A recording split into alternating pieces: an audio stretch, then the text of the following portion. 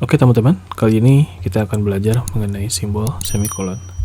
Simbol semikolon di sini dia adalah untuk memisahkan sebuah statement. Jadi di tutorial sebelumnya, teman-teman sudah belajar mengenai operator AND, logical operator AND. Perbedaannya adalah, misalkan jika logical operator AND, jika statement awal dia bersifat false, maka statement kedua tidak akan dijalankan. Sedangkan jika simbol semikolon di sini dia adalah jika statement awal mau dia bersifat true atau false, maka statement kedua akan selalu dijalankan. Jadi simbol semikolon ini dia hanya untuk memisahkan sebuah statement, tapi tetap mengikuti sebuah sequence atau urutan.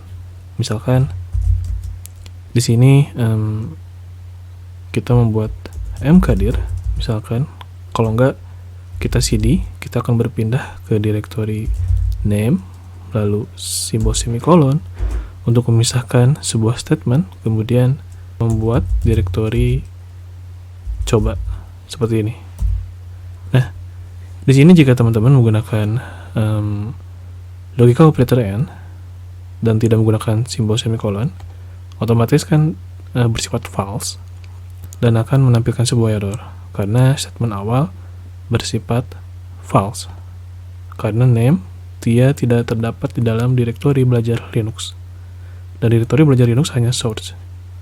Seperti itu kan, misalkan contohnya seperti ini, cd name menggunakan logical operator AND, kemudian enter, dan ls di sini dia akan mengalami error karena AND dia harus bersifat true, dan jika false maka statement kedua tidak dijalankan. Dan yang menarik dari simbol semikolon ini, dia adalah hanya untuk memisahkan sebuah statement. Jadi mau dia bersifat benar atau false, dia akan sesuai sequence atau urutan. Dan jika kita enter lalu ls, dan di sini otomatis folder atau direktori coba dia telah terbuat.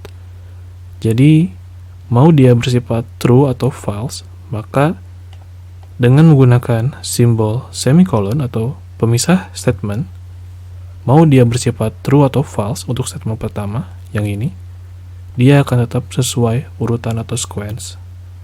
Jika ini bersifat true atau false, dia akan tetap lanjut ke sini dengan membuat direktori coba. Dan itu adalah salah satu kegunaan dari simbol semikolon. Semoga teman-teman dengan tutorial ini teman-teman bisa lebih paham dalam menggunakan simbol semikolon.